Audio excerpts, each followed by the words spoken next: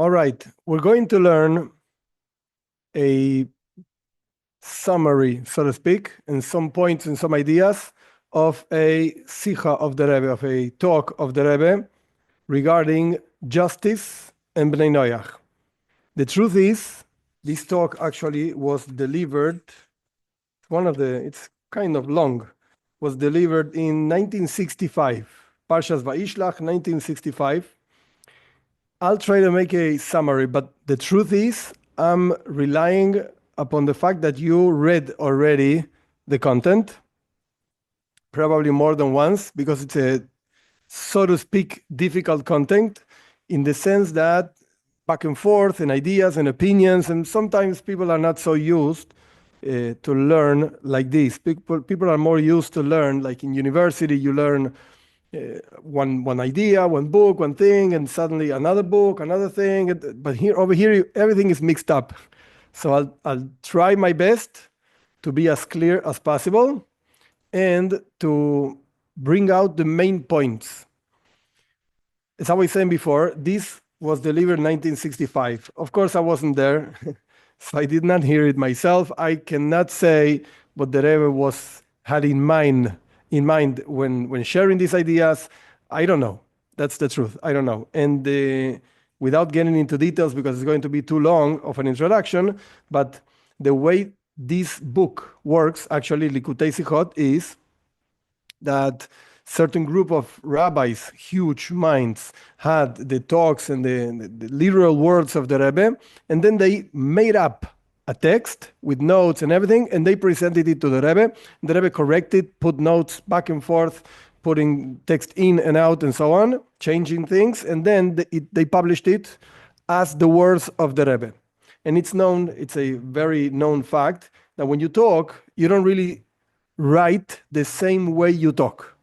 When you talk, you repeat things and you say, and then when you write, you don't say, you just write it differently. So this is not exactly 100% what the Rebbe said in that particular meeting, rather what a group of people wrote, and the Rebbe checked it out, put notes and back and forth and so on, and then they print it.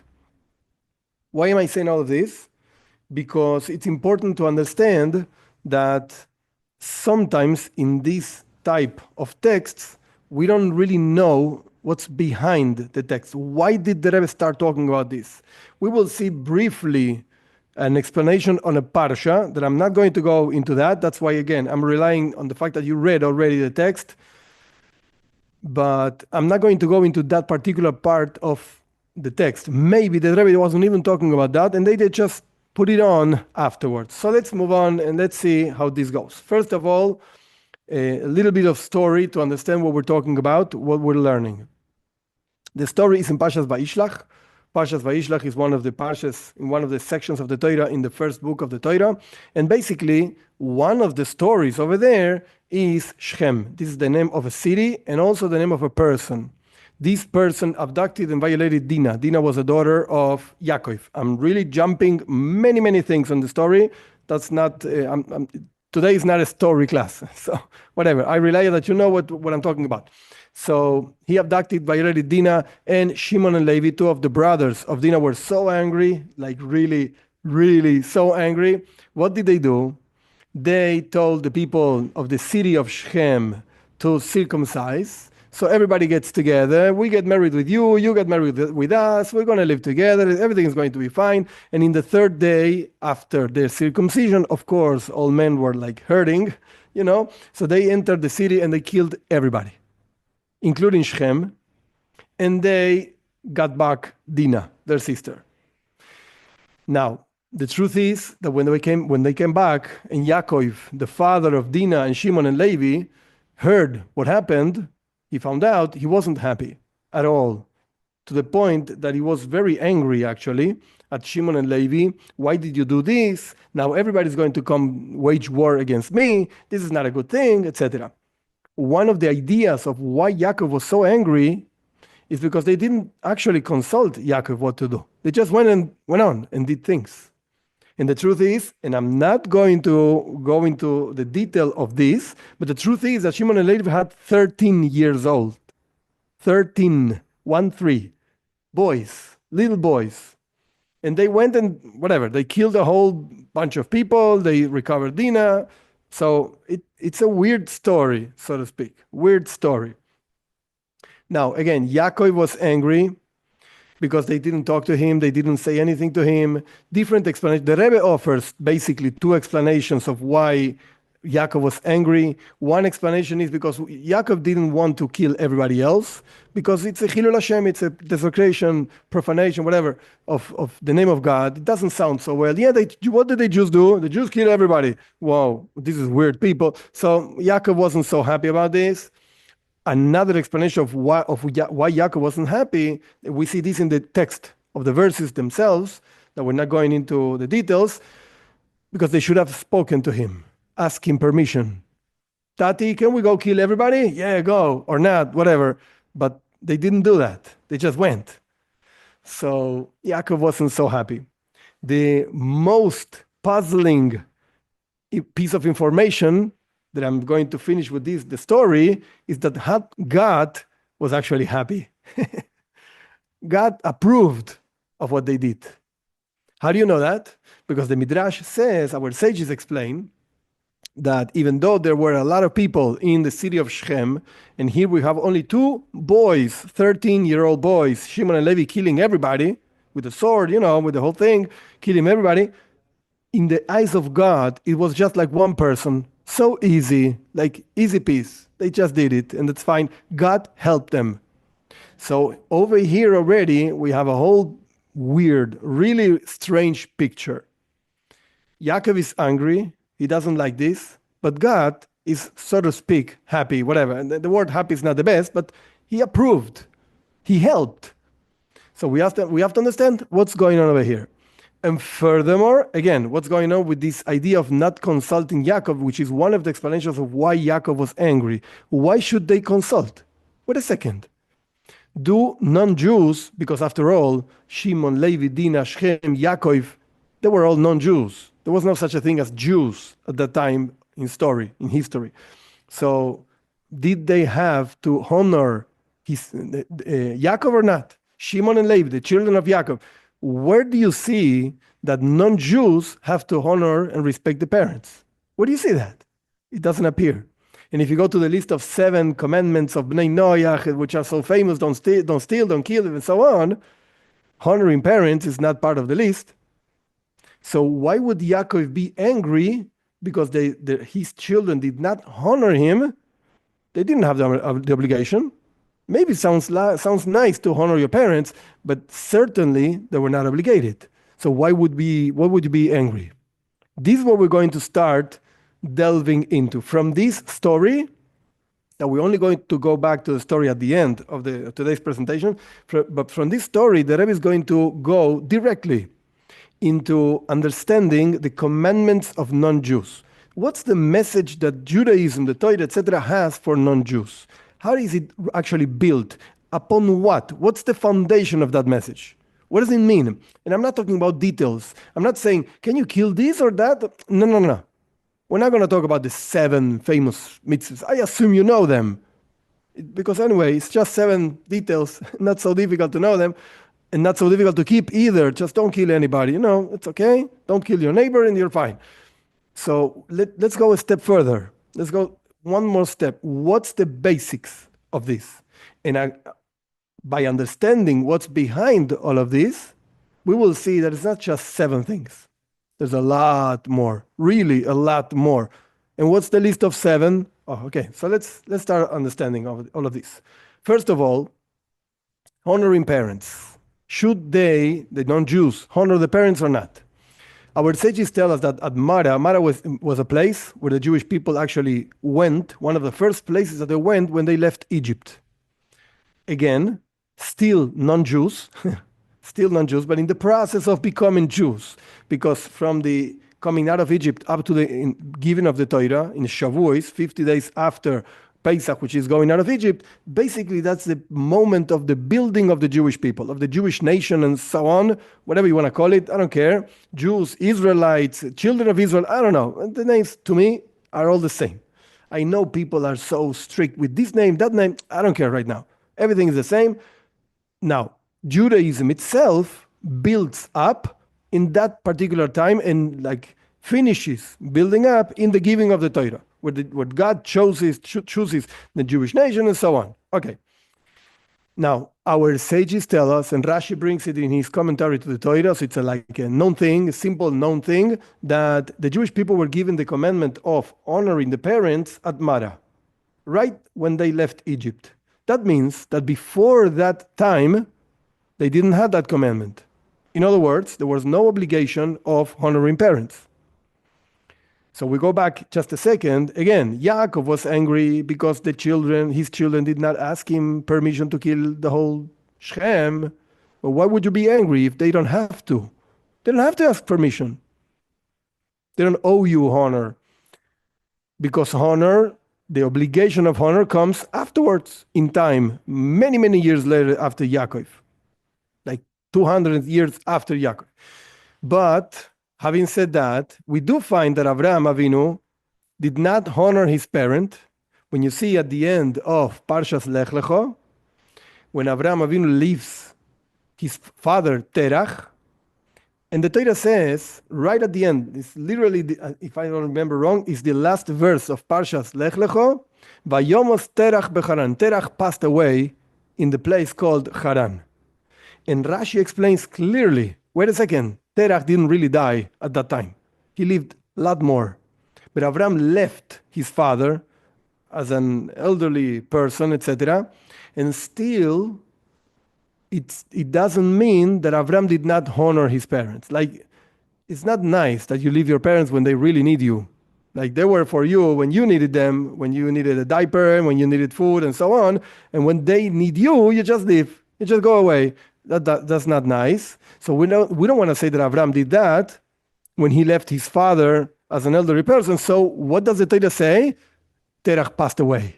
That's it. Forget it. He was a rasha. He was a wicked man, idolater, whatever. So he passed away. He was like a dead person. That's why Avram was able to live.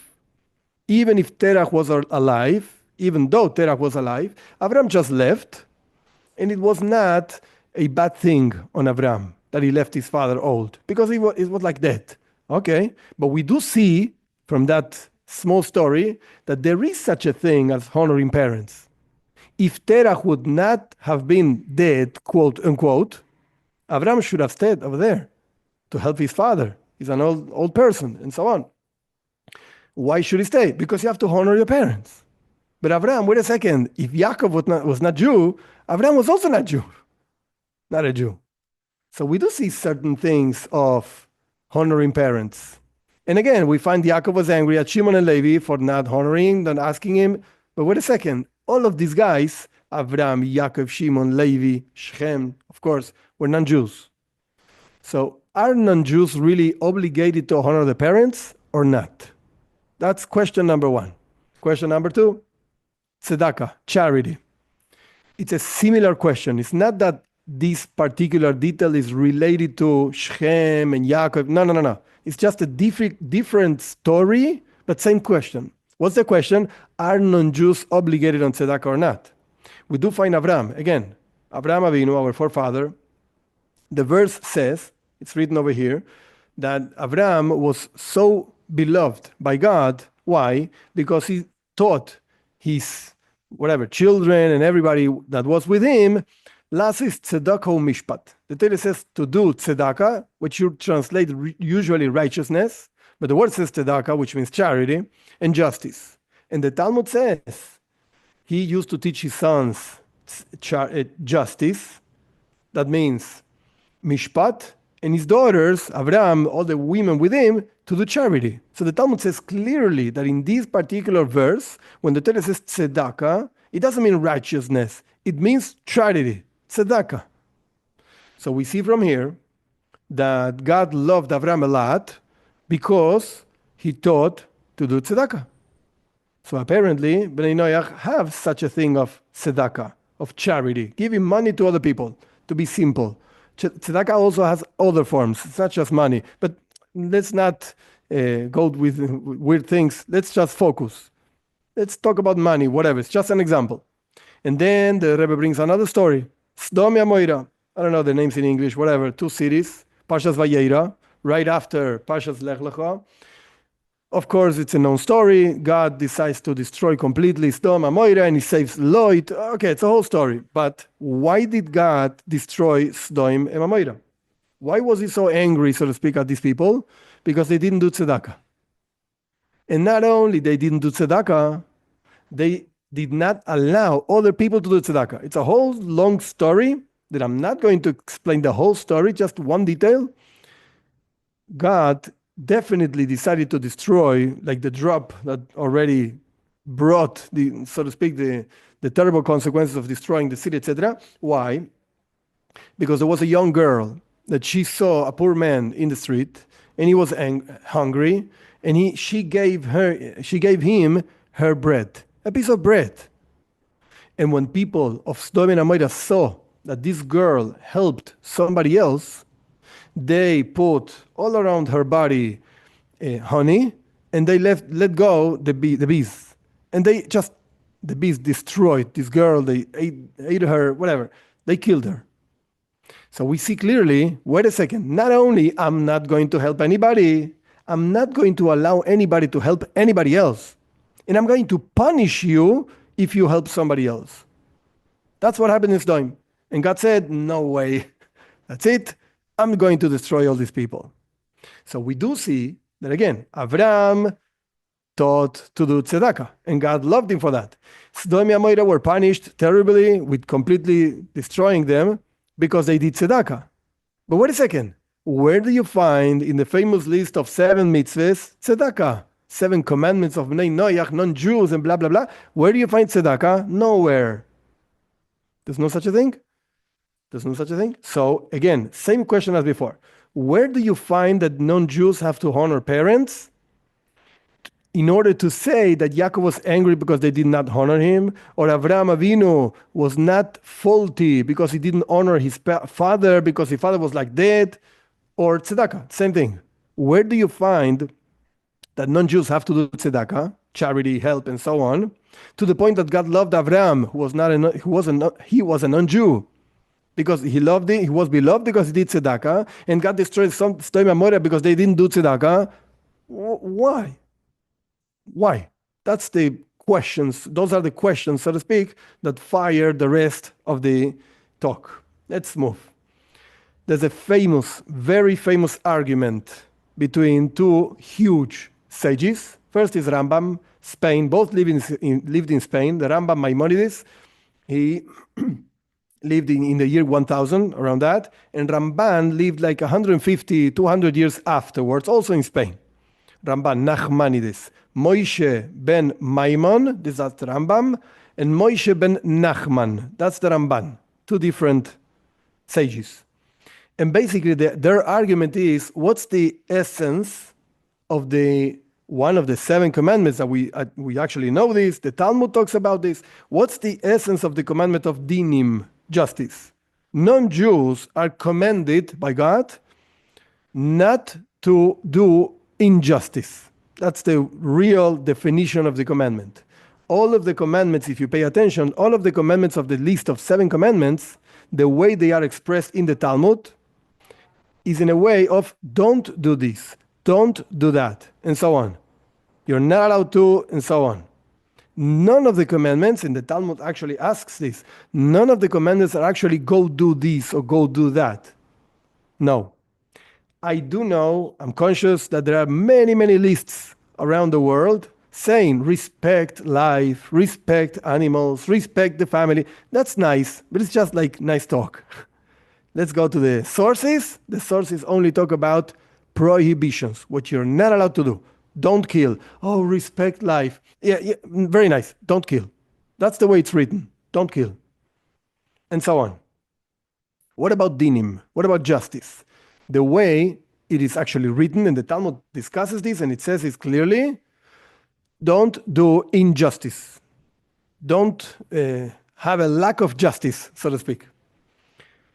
Now, the Rambam, when he defines in his Laws of Kings, chapter 9, if I'm not mistaken, the laws of dinim, he says basically this. put judges and policemen in every settlement to judge the 7 commandments. So what's the role of the system of justice?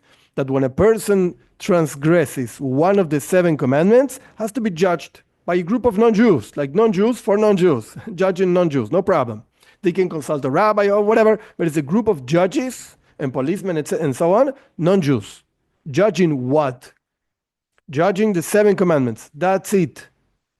And the Rambam says clearly, like, you can turn around things and start playing with his texts. But the truth is, he says clearly, non-Jews are not obligated in tzedakah. Why? How do you know that? Because the Rambam says, if a non-Jew wants to keep one of the commandments of the Jews in order to receive a reward, like for instance, he gives an example. Which commandments of Jews that you're not obligated to, can you will fulfill?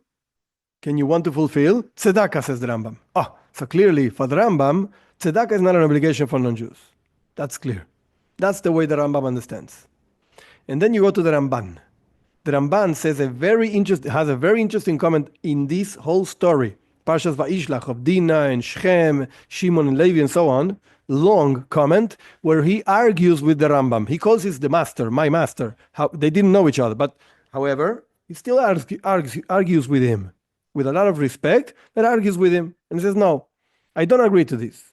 When the Torah tells the non-Jews to have a system of justice and judges and policemen and so on, it's not just to judge the 7 commandments, the 7 laws of Bnei Noach and so on. No, this includes everything. And the Ramban, Noahides brings quite a long list, like 5-7 things of different laws between man and his fellow. And the laws, and he says this clearly, the laws, the way they are given to Jews, when he talks about things of man, between man and his fellow, are the same laws for non-Jews. It's the same thing, says the Ramban, clearly. That's justice, so to speak. Judge the people, the non-Jews, the same way you would judge the Jews. According to this, now we can understand why Sdom and Amorah, let's go back a second, Sdom and Amorah were punished terribly for not doing tzedakah, not doing charity. Why? Because the whole idea of charity, tzedakah, is based on Yeshuvoi shel olam. That's the words used basically by the Rebbe, and it's a famous expression. Settling the world. Make a world that people can live in. A just world, a righteous world, a nice world, respect each other, love each other, and so on. Okay? That's the message, says the Ramban, that the Torah wants to give to non-Jews. And we'll see in a minute, that's the role actually of non-Jews. In a minute, we'll see it. We'll see this. Now, Sdom and Amorah were places, there were 5 cities, but were 2 places basically, that they were against Yeshuvah shel olam, against settling the world. Here we have a girl, she has pity on somebody with hunger, and she gives him a piece of bread, and suddenly you have to kill her? What are you talking about? You have to kill this person because she shared her bread with somebody else? You're nuts. You're against settling the world. You're against having a nice place to live. Therefore, you have to die. That's it. As we're going to see in a minute. Just bear with me. So, according to the Ramban, Noahides, Bnei Noach, non-Jews, are obligated in tzedakah. According to the Rambam, Maimonides, they're not obligated in tzedakah, as I explained before. That's the example he gives when saying, if you want to do more than you're obligated to, go do tzedakah. But you're not obligated. The Ramban says, no way. They are obligated. Why? Because tzedakah, you can use many different names for tzedakah. Let's call it social justice. I'm not particularly communist, not at all. Communism did a lot of damage to the Jewish people for many, many years. So I'm not communist. I'm not going to talk about politics either. Forget it. Not my department. But certainly, social justice includes that we can help poor people. For whatever reason, they're poor. I don't know why. It's not my problem, it's God's problem. But they're poor. That's the reality. So go help them. Go help them. That doesn't mean give them everything. That doesn't mean create people that don't know how to work and how to manage life. No. That's already communism. I don't care. Just whatever. Again, no politics. The point is, go help. That's part of a healthy society. Okay, that's good. So Ramban says, according to this, because tzedakah is part of settling the world, so I have to do tzedakah, for sure. This is the famous argument. So you see something already interesting how the Torah actually works, the minds of the rabbis that do laws and so on. How does it work? Here we have two huge sages, Rambam and Ramban. They didn't know each other. They didn't see each other. And they argue about one particular thing, justice. How is the justice the Torah gives for non-Jews to go and keep?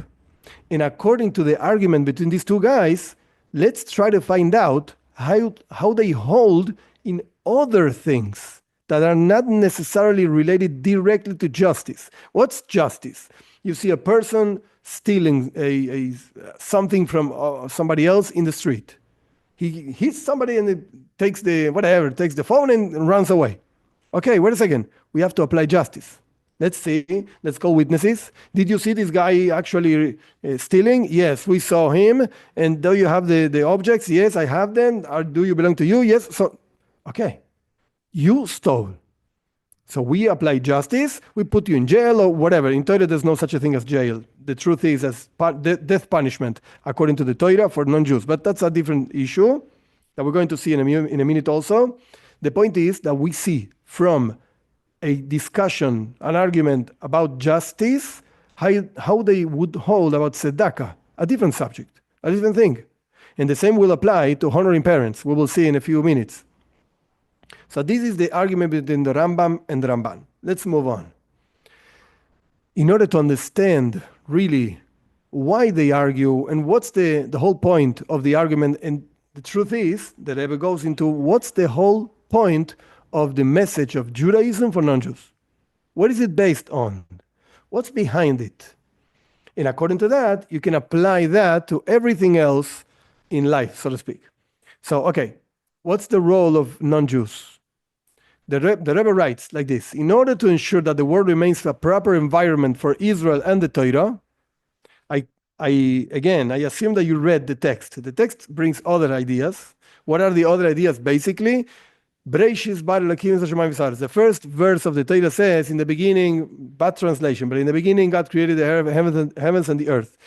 And if you actually look at Rashi's commentary, which is a famous one, it's in English also and so on, you will see that Rashi brings that there's a reason why God created the world. What's the reason? The reason why God created the world is for the Jewish people to fulfill Torah and mitzvahs.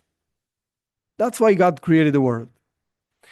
Now, with that in mind, let's see again. In order to ensure that the world remains a proper environment for Israel, for Jewish people, and the Torah, that means Jewish people to fulfill, to observe the mitzvahs of the Torah without negative influences, but rather as a refined and perfect world. So we need a lot of people actually keeping 7 commandments and the ramifications and so on.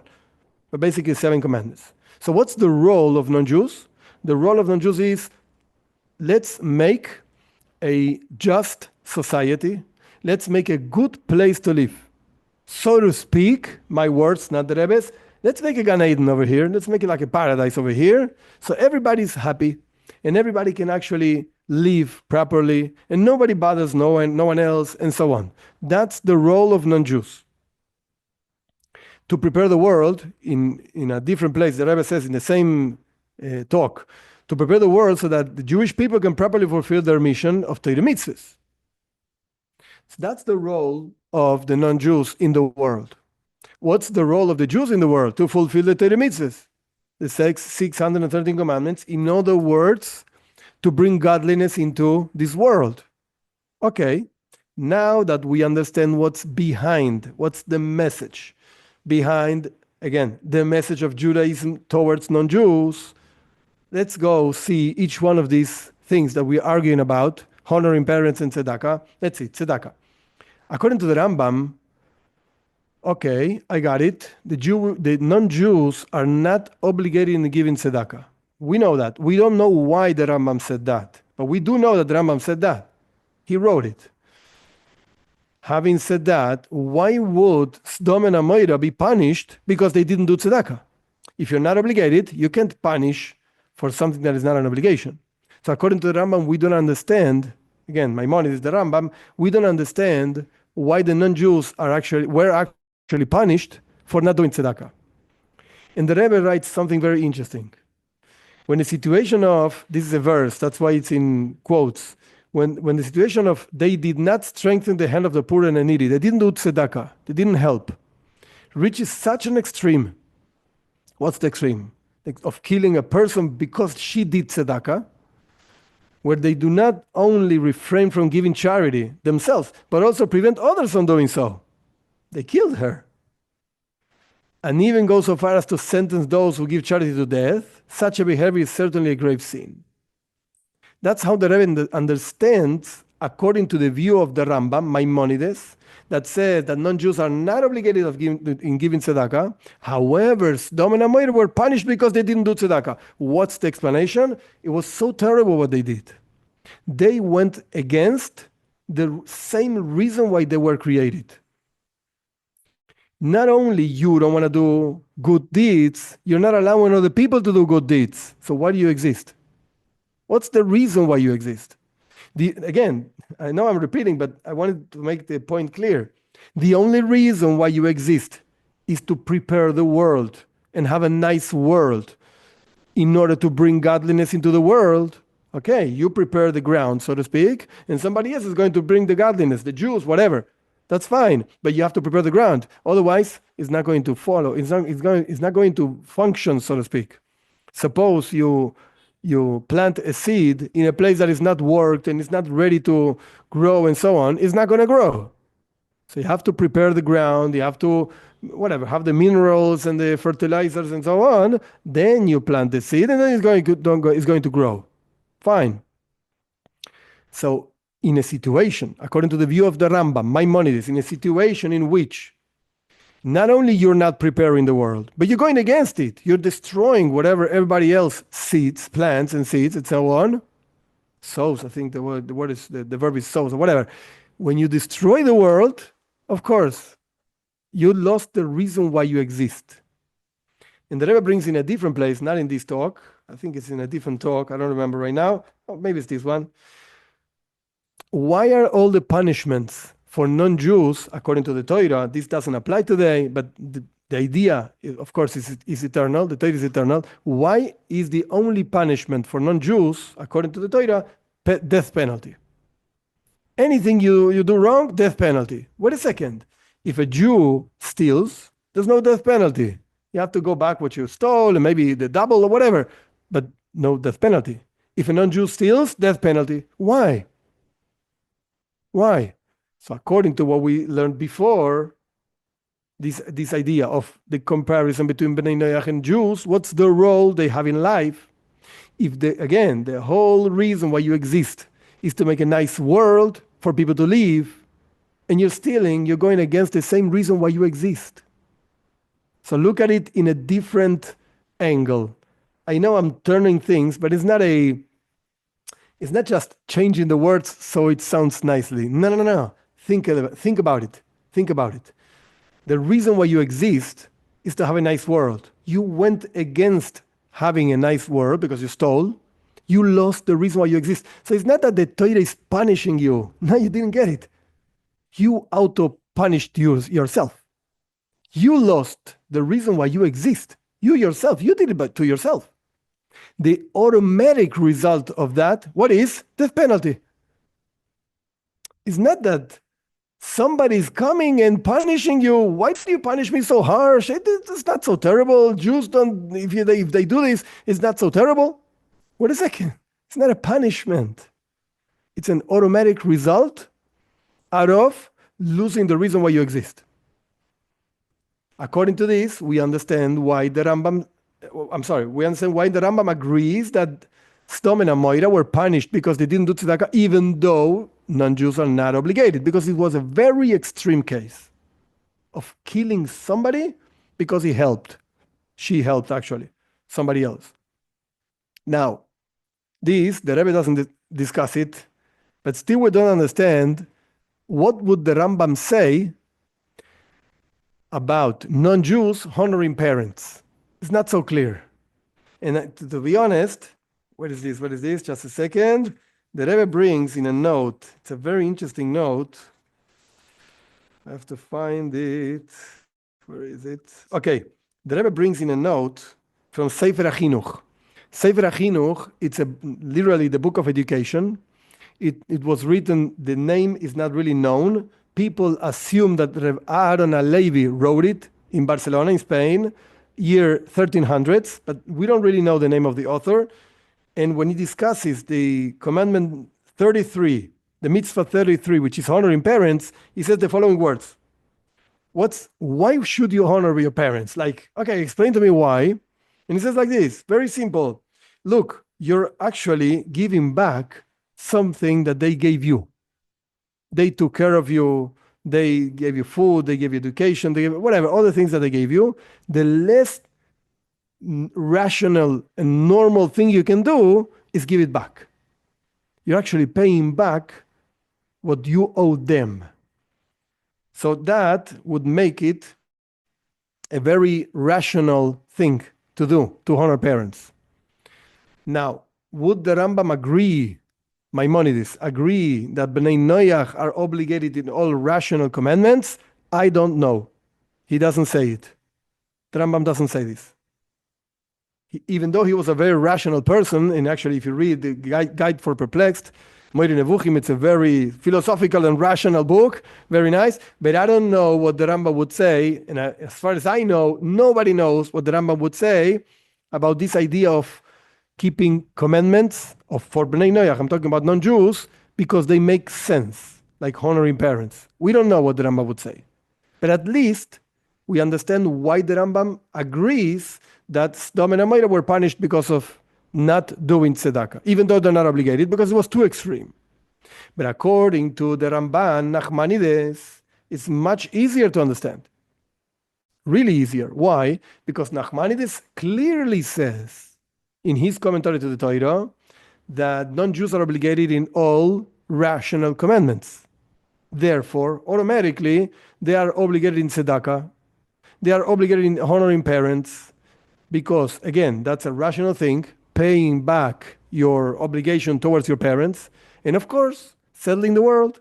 And the Ramban also says this clearly in Nachmanides. The role of non-Jews is to settle the world. So what do we have right now? Let's go back, this is basically the end, yes. Regarding the mitzvah of honoring parents, going back to the beginning, to the story, so to speak, Shimon and Levi, from their perspective, they should have honored Yaakov, and they should have asked their father, Tati, can we go kill everybody? And probably Yaakov would have said, yes, go kill everybody. But whatever Yaakov's problem is, they should have asked, and they didn't do it. And they were obligated to do that, according to the Ramban at least. For sure, they were obligated. And it's a settling the world, and it's a rational thing. Why didn't they do it? So the Rebbe explains that the reason why they didn't ask is because they were so angry. This touched them so much to the deepest part of their souls that Dinah was abducted and violated and this whole thing, to the point that when Yaakov actually asks his children, why did you do this? They answered just one thing. And this is difficult to explain. When you read the Torah, there are different chants that a person sings, so to speak, when you read the Torah. And according to the way you sing it, it gives a strong meaning to the words that you're actually saying. The way you sing when you actually read the answer that Shimon and Levi gave to Yaakov is like a strong thing. It's like, hey, our sister is going to be like a harlot, like you can do whatever you want with her. they like scream back to Yaakov. Yaakov is asking, hey, why did you do this? And they scream back. And they were 13 years old, okay? Hey, what are you saying? What are you saying? It's our sister. You can't do whatever you want with the sister. And Yaakov doesn't answer anything. He just shuts up. That's it. Conversation over. And they scream it back, like really strong. So this touched them so much that when something touches you so deeply, there's no room to ask. Like, can I do this? Can I do that? There's no rationale over here. That's point number one. That's why they didn't ask Yaakov, even though this is the whole point that the Rebbe is bringing out. They had to ask. The proper behavior would have been to ask, because we do owe honor to our parents. Non-Jews also own honor to their parents.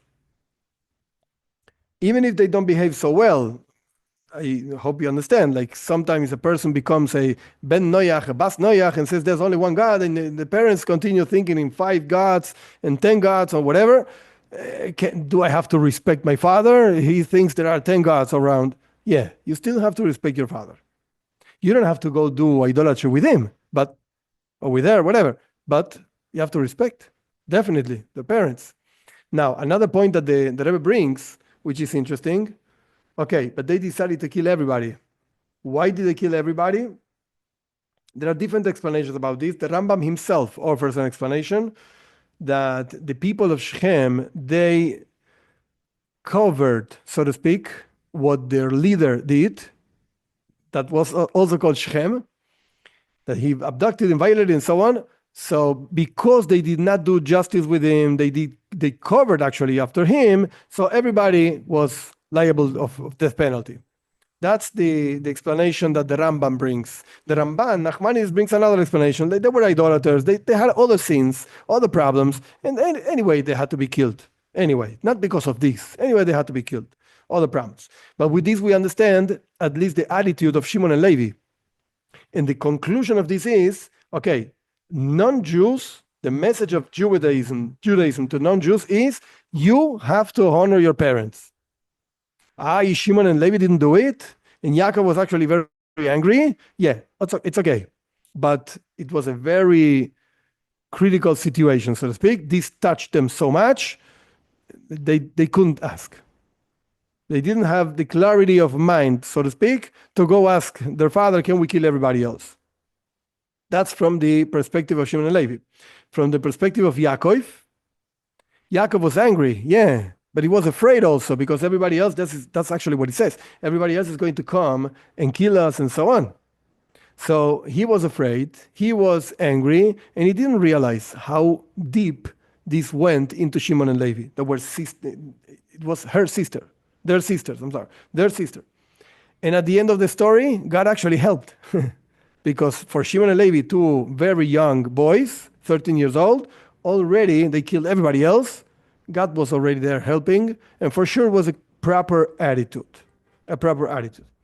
Now, again, as I mentioned before, this is quite a long explanation that the Rebbe offers with many, many details that I jumped. I just wanted to explain basically what's the message, so to speak, behind the explanation of the Rebbe. Message number 1, I didn't write it down, but message number 1 is, okay, there's a role for non-Jews in the world. It's a pretty defined and clear role. You have to settle the world. You have to, and actually, if you go deeper into this, if you go to Parshas Vayera, by the end of Parshas Vayera, you see the Tower of Babel. They made a whole tower, a tall tower, whatever, and I'm trying to be precise with the words because I don't want to spoil what I want to say. But they made a whole tall tower, and God went down to see what's going on, what they're doing. And God said, wait a second, I'm not going to allow this. So he confused the language of the people, and they just couldn't work together, and everybody went to a different place. Nice, very good, interesting. What was the problem? What was the problem? We want to make a tower. How many towers do we have around the world? Like very tall towers. And God is not coming down to see what's going on. So what's the problem? One of the explanations of the problem of the people of the Tower of Babel and why God says, no way, I cannot allow these people to do this, is because they wanted to be everybody in the same city. They wanted to live everybody together. And actually, and Rashi says, it brings it down in his commentary, everybody spoke Hebrew at that time. Lashon Kodesh, holy language, whatever. And they wanted to be in fraternity, how do you say it? They wanted to be together. They wanted to be lovely society. We are living everybody together. And that's not what God wanted. God wants the world to be inhabited, to be a place where people actually live. In other words, this idea that I just shared comes from the Ibn Ezra. He says this idea. It's very interesting. And God wants everybody to live in different places. The whole world should be filled with people. And I'm adding this. The Ibn Ezra doesn't say this clearly. It's a different type of book. But God wants his presence to be everywhere. And when a person is in whatever place in the world she is found and keeps the commandments and tries to be a holy person and so on, you're bringing down godliness into the world. Definitely. Okay, we can argue Jew, non-Jew, the level of godliness you bring down because you're a Jew or you're a non-Jew. Okay, that's a different argument. Go talk to a Mekubal, somebody that knows Kabbalah, and is going to explain to you which level of godliness are you talking about? I don't care. Does God want me to be a good guy? Yes. But I'm not a Jew. I don't care. You have to be a good guy. That's your role in life. And what does it mean to be a good guy? Okay, wait a second. Let's sit down. Let's open the books and let's start learning. And you will see what God wants from a Jew and from a non-Jew and how to be a good guy and so on. That's a different story. But definitely God wants you to be a good person and to make this world a nice dwelling place for everybody to live and for him, for God, to live in this place. Definitely. And the people in the times of the Tower of Babel, of Babylon Tower, at the end of Parshas Vayera, they wanted to leave everybody together. And what about the rest of the world? I don't care. We're all together. That's why they made a whole very tall place, building, whatever, so everybody would know where to go. You could see this place from far because it was a tall place. So you know where you have to go. Where are the people? Where are the people? Where do they live? Let's go to this place. God said, no way. I don't want this. I want the whole world to be with people. So God says, I'm not going to allow this. And he destroyed them, whatever. And everybody right now, it's in different place. I'm in Argentina and Europe, whatever you are. Okay, that's fine. That's what God wants. Got it. That's why you have all kinds of people in all kinds of places and so on. So God doesn't want us to be all together in one place. I got it. So you have to, the role of non-Jews in the world is to actually live in the whole world.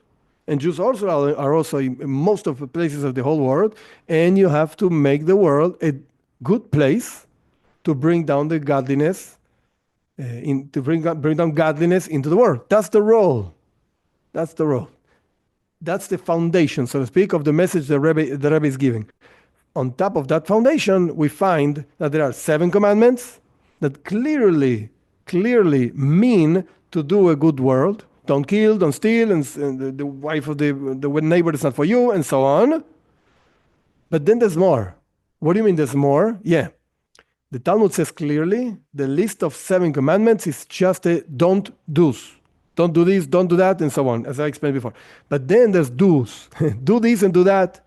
A very simple example that even the Talmud says it, fear of God. Whatever that means, levels of fearing of God, I'm not going to go into the details, but that's one of the mitzvahs. And if you ask the Ramban, wait a second, he has a whole list, like a long list of things. You can't cheat in business, and you have to do tzedakah, you have to honor your parents. Furthermore, anything that makes sense in a normal human mind, you have to do it. Be a good person, definitely. So with this, like the way I understand it, the Rebbe is opening basically our minds into seeing the role of non-Jews, and it's not directly talking about this, but of Jews also. In other places it talks about that, but in this particular place, no. The Rebbe is opening our minds to understand the role of non-Jews in the world in a different way. in a very different way. You don't live because your parents made a mistake and there you are. No, no, no, no, no. You have a role that God chose you, each one of us, to have a specific mission and role in His world, that we have to make this world the place that where He wants to be, and a place where we can all live together in order to accomplish this objective of creation.